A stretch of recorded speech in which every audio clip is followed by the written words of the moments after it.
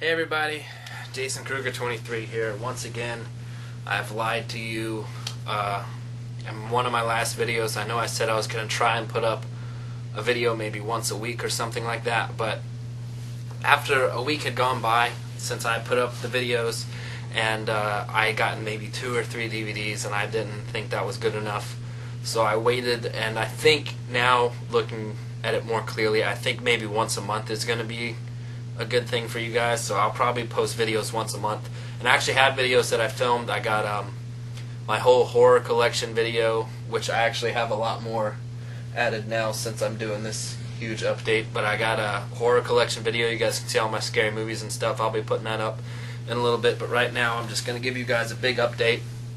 Been about a month or 2 months since I last saw you, and I got a huge stack of stuff. I don't think I've shown you guys any of this, but if I have, then please forgive me, because I really don't even remember what I have and what I haven't. So, just start it off. I got the Slammin' Salmon, which is Broken Lizard's newest film. I actually like this one. This one's very good. A lot of people didn't think it was kind of up to what the Broken Lizard standard was. It's the first one not directed by J. Chandrasekhar, and it's directed by Kevin Heffernan, who is this dude.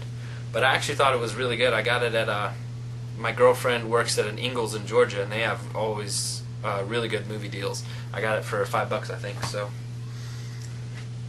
I got this one. I got Lady in the Water from Goodwill for $1.99. I've watched maybe an hour of this, and I haven't gone back to it yet. M. Night Shyamalan's kind of a disappointing director for me. Sixth Sense is good, and I'll give him The Village was okay kind of until the end. The twist in that one just kind of threw me off a little bit. But I picked this one up because I'm always into horror movies that have anything to do with water or sea or ocean or lakes, anything like that. I love those kind of movies. And I saw Lady in the Water, and it was $1.99 at Goodwill, and I thought, well, maybe I'll try it, but the first hour kind of was boring. Nothing really cool happened, but I'll finish it one day. Maybe it gets awesome close to the end, but I don't know. But I got Lady in the Water. I got the remake of Straw Dogs. Now this movie is an okay movie. It has really good actors in it and everything, and a cool story, but it just takes, the whole movie is centered on these 5 guys, 6 guys trying to break in or get someone out of these 2 people's house in I think it's in Georgia. But it takes like an hour and 45 minutes to get to that part, and then it goes way too quick. I thought there was going to be all these cool not like Saw, but kind of these homemade traps and stuff that this guy was making to keep the people out of his house, and it actually started out that way. He had a pot of water that he threw at somebody, and he stapled someone's hand, or he nailed someone's hand with a nail gun to a wall, and it was really cool. And then just all of a sudden it was like they ran out of money, or they ran out of time, because I think there's still 3 or 4 people left, and I was like, okay, this is going to be a drag out, knockdown fight to the end, and then 5 minutes later, like, everyone's dead. And I was just really confused, and it took a long time to build up. I haven't seen the original, but I got the remake. I thought it might be pretty cool. It's an okay movie. It's one I'll probably keep in my collection, but I won't watch it again for a very long time. So I got Kung Fu Panda 2, which I think is way more awesome than the first Kung Fu Panda. The first Kung Fu Panda disappointed me a little bit because well, it didn't disappoint me. It's a good movie, but I felt it just moved way too fast, because Po, the panda, was like, oh, I want to be this kung fu, I want to be the best, I want to do everything. And then 10, 15 minutes later, he's like, I can't do it anymore, I'm tired of this. And I just thought it was moving too quick. And I understand little kids, you got to keep the story light, just keep things moving, try and keep a good pace. But it disappointed me a little bit. Not a lot, but a little bit from that aspect. But Kung Fu Panda 2 did not at all. I thought Kung Fu Panda 2 was awesome.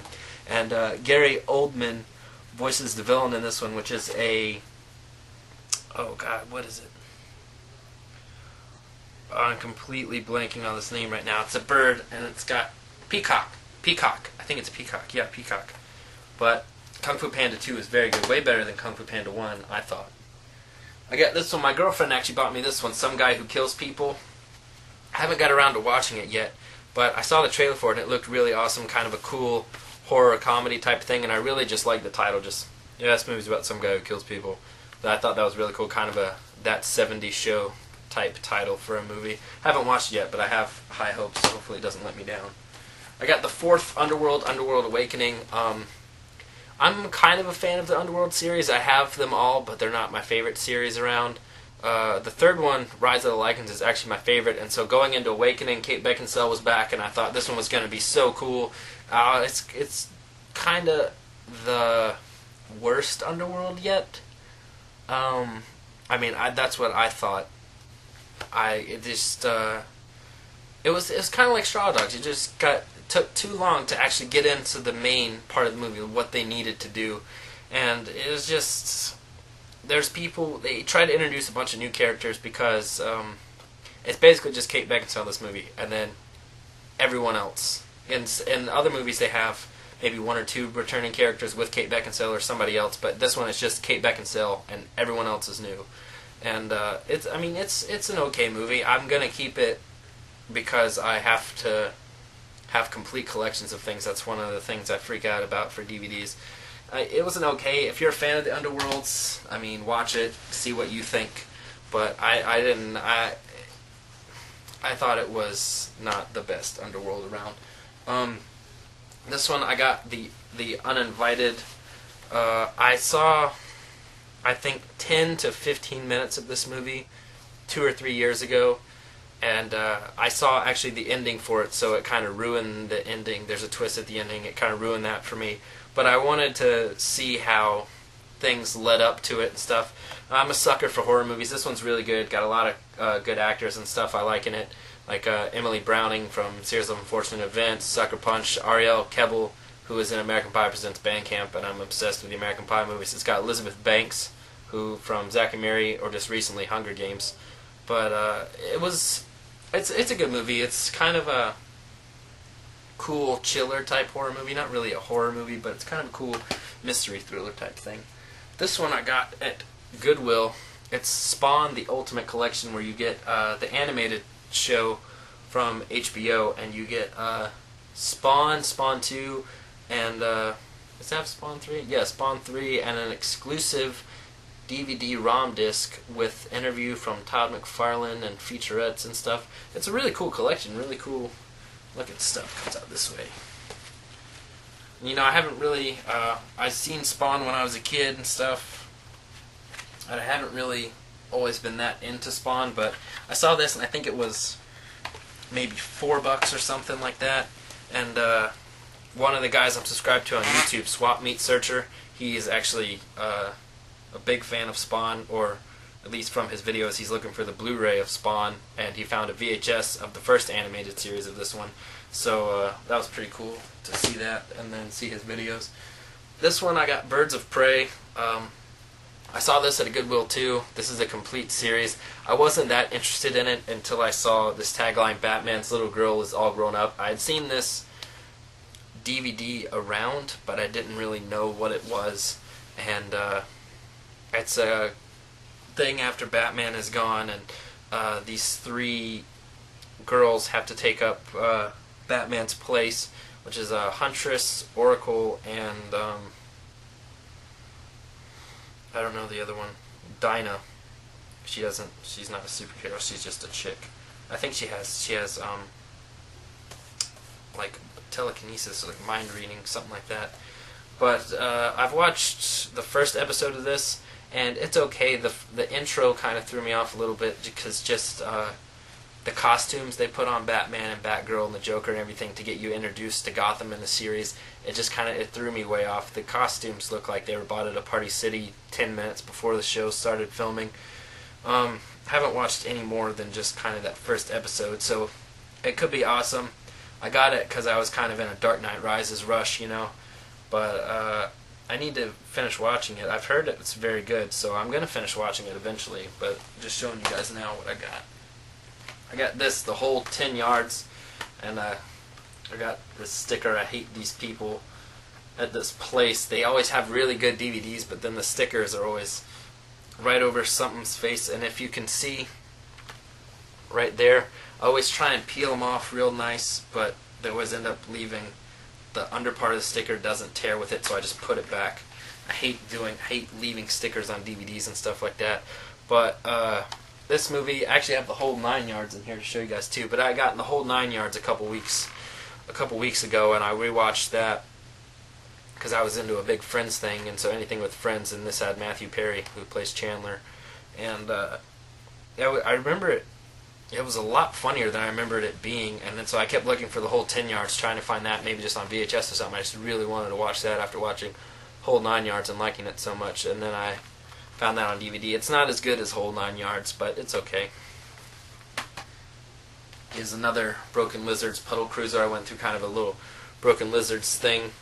This is their first movie they made in college. It's okay. I don't think it's as good as their other ones, but maybe that's just because it didn't have a lot of money and stuff. This one it cost me $1.99 at Goodwill, and it's this family favorite set, and the real reason I got this was Little Vampire. That right there. And, well, kind of Pinocchio. I like that Pinocchio. But I already have Son of the Mask because, it's not a very good movie, but I have to complete it. I already had The Mask. I need Son of the Mask. And then I've never even seen Monkey Trouble, but it looks like a cool 90s movie. It's got Harvey Keitel in it, so it might be good. I'll definitely watch it and give it a shot. But the main reason I bought it was definitely for Little Vampire and then kind of Pinocchio. And a good thing about this set is it is not double-sided. I hate the double-sided DVDs. One side always gets scratched up. But this is just 2 movies on one side of the disc, and that is amazing because I hate the double-sided stuff. Wedding Crashers. I love this movie. My brother had it, and I watched it a lot, and it always came on TV. So it's kind of like it was kind of an old school movie. Old school, the movie, not old school, but it was kind of always on, so I never really saw the point in buying it. I could just kind of turn on the TV and watch it whenever I wanted to. But it was in Goodwill, again, $1.99. All the Goodwill DVDs are $1.99, so I picked that one up. I actually found this, which is really cool, the Spider-Man 3 Blu-ray Ultraviolet copy, which was just released when The Amazing Spider-Man came out. It was in a Goodwill, and this only cost me $1.99. I scoured through the DVDs and stuff there trying to find the other Spider-Man, Spider-Man 1, Spider-Man 2, because actually the extended version of Spider-Man 2 that came with Spider-Man, I think 2.1, when they re-released it, I've never seen before, so I really want to see that, and that comes on the Blu-ray. But unfortunately, all they have is Spider-Man 3, but I planned on getting all these eventually anyway, so $1.99, can't beat that, even if it's for Spider-Man 3.